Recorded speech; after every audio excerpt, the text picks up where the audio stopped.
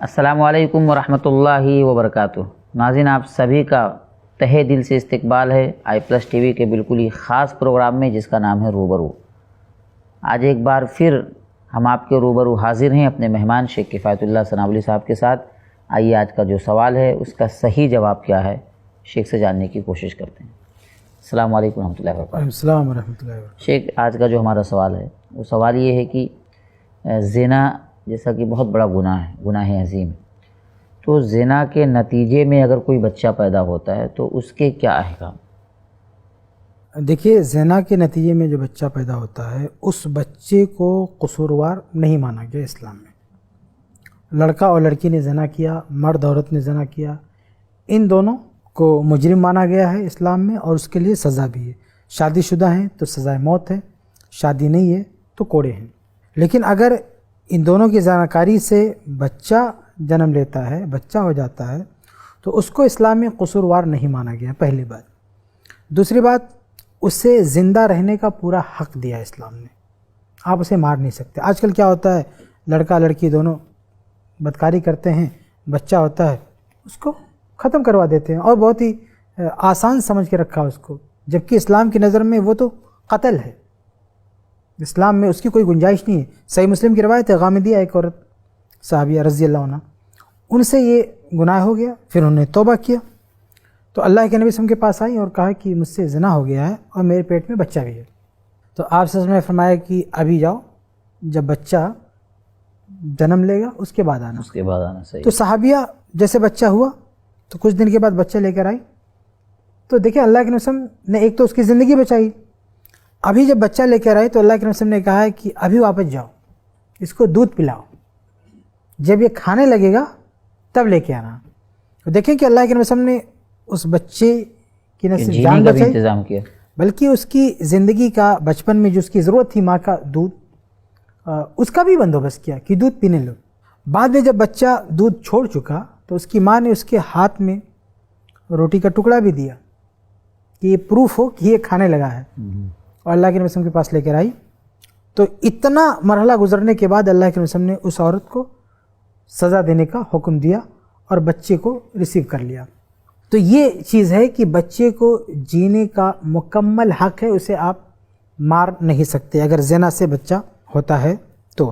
تیسری بات یہ ہے کہ اگر عورت شادی شدہ نہیں ہے تو بچہ اس کی ماں کی طرف منسوب ہوگا، یعنی ماں کا نام دیا جائے گا، لیکن زانی کا نام نہیں دیا جائے گا اس کو، یعنی جو زنا کرنے والا ہے اس کا نام اس کو نہیں دیا جائے گا، بلکہ کسی باپ کو اس سے نہیں جوڑا جائے گا، اس کو صرف ماں کے ذریعے سے جانا جائے گا، یعنی ماں کا بیٹا ہے۔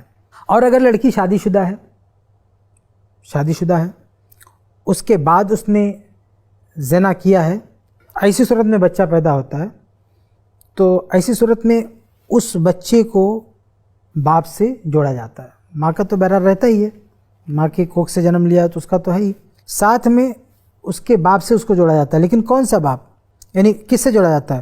اس عورت کے شوہر سے، نہ کہ زانی سے۔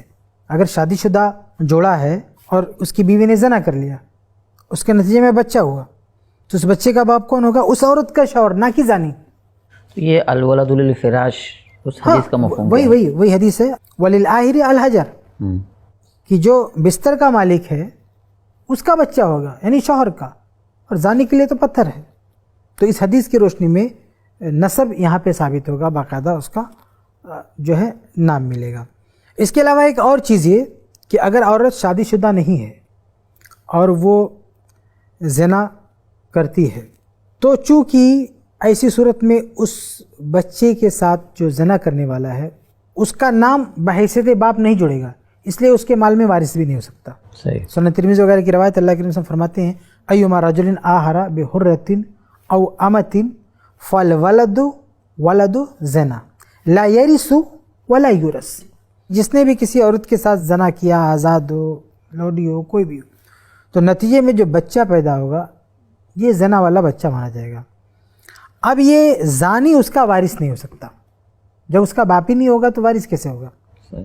اور نہ اس بچے کے مال میں وہ وارث ہو سکتا ہے، یعنی کل کوئی بچہ بڑا ہو جائے، امیر ہو جائے، پیسے والا ہو جائے، اور اس کا وہ زانی شخص آئے اور کہا تو میرا خون ہے، تو مجھے دے، تو اس کے کوئی حقوق نہیں ہے، اس پہ کوئی تعلق نہیں. ایسا نہیں کہ اس کو باپ مان کے بیٹے کا فرض نبھائے گا، نو نو نو، اس کا اس سے کوئی کنیکشن نہیں ہے اسلام میں. تو وراثت میں بھی کوئی کنیکشن نہیں ہے.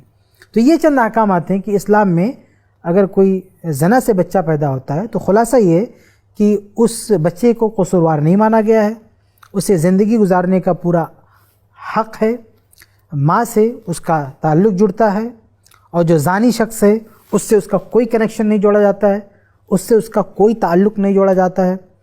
البتہ اگر زانیہ عورت شادی شدہ تھی تو اس بچے کو جو شوہر ہے اس کا نام دیا جاتا ہے. یہ موٹے موٹے احکامات ہیں. جی جزاک اللہ خیر شیخ، بہت بہت شکریہ.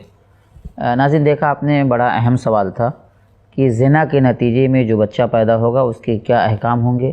شیخ نے اس حوالے سے کئی باتیں ہمارے سامنے رکھی. ہم شیخ کے شکر گزار ہیں اور آپ سبھی کے بھی شکر گزار ہیں. آپ سبھی الحمدللہ ہم سے جڑے ہیں، ہم کو دیکھ رہے ہیں، ہمیں سن رہے ہیں. اللہ تعالیٰ آپ سبوں کو خوش رکھے. آپ ہمارے اس چینل کو سبسکرائب کیجئے، لائک کیجئے، شیئر کیجئے اور اس پیغام کو پوری دنیا تک عام کرنے میں اس مشن کا ضرور حصہ بنیں. انشاءاللہ پھر ملیں گے ایک نئے سوال کے ساتھ. السلام علیکم ورحمۃ اللہ وبرکاتہ. دین کی بات عام کرنے میں i+TV کی مدد کریں. پے ٹی ایم یا گوگل پے کے لیے ہمارے نمبرز پر ٹرانسفر کریں.